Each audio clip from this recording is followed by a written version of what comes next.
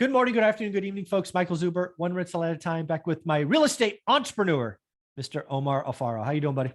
Good. What's up, Michael? What's up, everybody? Hey, man, I appreciate video number one, where I ask you to be a real estate agent and a real estate broker.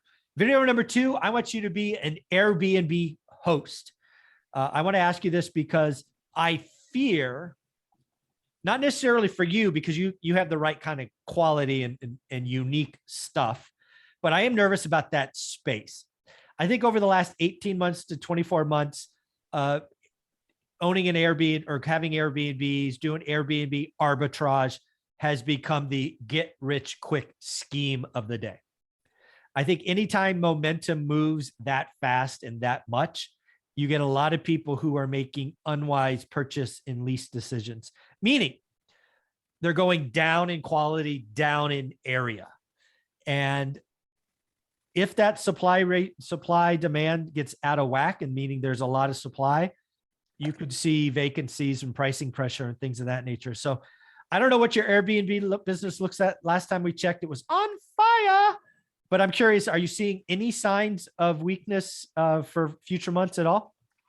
I was pulling it up the other day and looking at the bookings, and my three spots in Arizona are doing phenomenal. They're doing well because the lack of hotels and motels.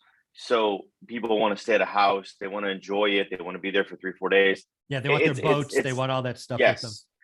And the quality you said earlier, and that's super key, is because you have to have that desire, that property that people want to go to. Yeah. Okay. And if you don't, and if you just have an Airbnb, let's call it in Fresno. Yeah. Or let's call it in the high desert. Yeah. What's the draw? What's the draw in my area to have an Airbnb? There isn't fucking one. I'm sorry. There isn't. It's dirt. Yeah. Fresno, well, you're a little bit south of Silicon Valley. So, I mean, the potential could be there. You have Yosemite, Bass. Again, you have some draw, you have travel nurses, you have some reasons for it. And again, I think people were printing money for a while. But what I've seen in the last year is, I don't know what the ratios are because I won't play there. But let's say there were 100. Now there's 1,000. And there's only so many travel nurses. There's only so many reasons to go to Yosemite. I just see, and again, the top notch, the unique properties, the waterfront, the view properties, I'm not concerned about. I'm concerned about the C-class neighborhood in the 1950s, 3-1, because I see so many people running in and they can't afford the nice properties, so they just down select because they want an Airbnb. They want to tell their friends. They want to post that they have an Airbnb, and it's like, what are you guys doing? This isn't.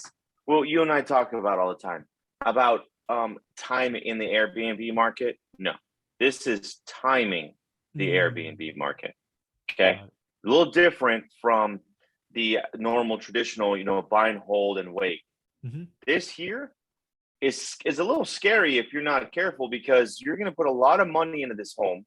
You're going to furnish it. You're going to make it look like a place that you want to come and enjoy. Yeah. Your expenses are going to increase. Just so I know, I have no idea, like, roughly speaking, what was the average furnishing cost of one of your Havasu properties? Like 30 grand? I have no idea. No, we spent about, on our big one, we spent about 18,000. Okay. All right. So call it 20 grand. All right. I didn't know. Yeah. All right. So not zero. Not zero. Okay. No, but and unfortunately, I didn't have to rehab it much. Sure. So I paid more money for it though. So if you're going to be adding, if you're going to be buying a fixer, you got a $40,000, remodel, and then remodel, plus you have another $18,000, $20,000. That's all up front. Yeah. That's out of your pocket. Yeah. Okay. And then hopefully you're able this is the part that's going to kill everyone. Hopefully everyone's going to be buying these Airbnbs on not traditional financing. That's for sure. Okay. They're going to be buying under DCS or a DCSR, that where you keep it in your LLC, and you're able to in like a non-conforming loan. Yeah, non-QM. Yep. Non-QM. And then you're going to have to refi out. Yeah. What are you going to refi out with?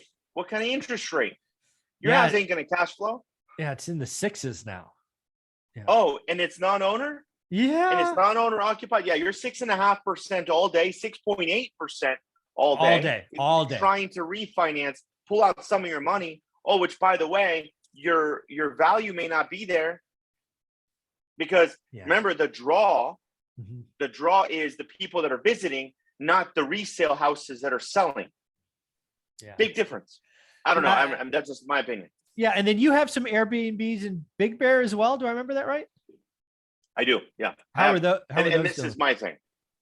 I have 2 of them there. One we just went live with because it took a while to get the permit. Okay. And it's been finished. It's been nice. I rented it out personally to friends and made some money. The other house sits there by itself, doesn't make any money because we're in the process of waiting for the permit. Right. So Big Bear has a permitting process for Airbnbs. Yes, what you're saying. 100%. Yes. And waiting months. Yeah, 2 months. Wow. Okay. Yeah, because January, February. Yeah, no, we got it about 3 weeks ago. As a matter of fact, we got our first booking yesterday. Wow. For a weekend, making $500. Okay, not a big deal. My payment there is $2,000. So do the math. Yeah. So you're 8 and 9. Yeah. So I just want to. I guess again, I think Airbnb is a wonderful model.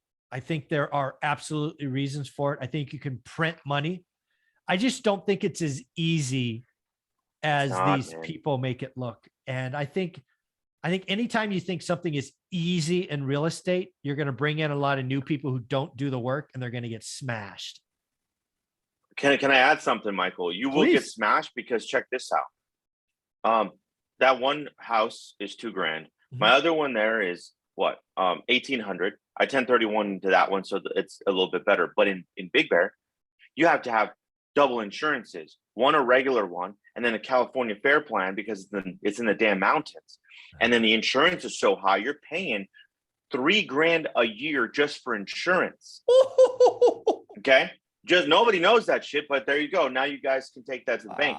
So if you're not rented, how are you gonna, like I have other cash flow that pays for these properties. Yeah. Okay, big difference. If you don't and you're just barely getting into it, have fun trying to pay another extra $2,000 a month on top of your own mortgage with nothing else coming in. So just be very careful when you go to do this stuff. So what I hear you saying is there might be a lot of furnished properties available in about a year. That's what I hear you saying.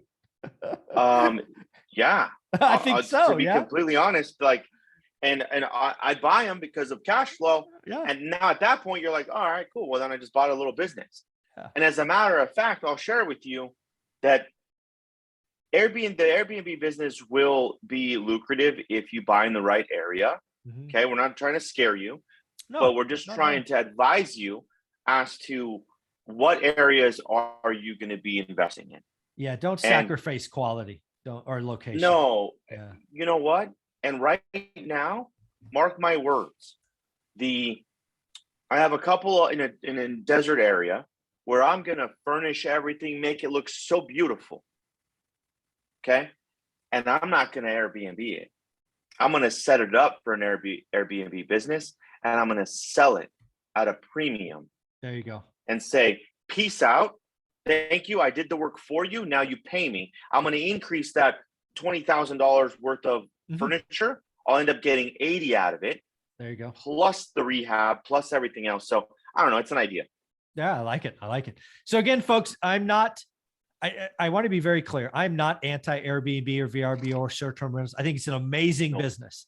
It is. I am just nervous. I have seen the masses come to something, and usually when the masses do, they don't do the work. They cut corners. They down select because their bank account's not big enough, and that leads to all kind of problems. So please be careful. Omar, where can people find you? Guys, follow me on IG at Omar_Alfaro or visit my website, omaralfaro.com. Thanks, buddy. Thank you.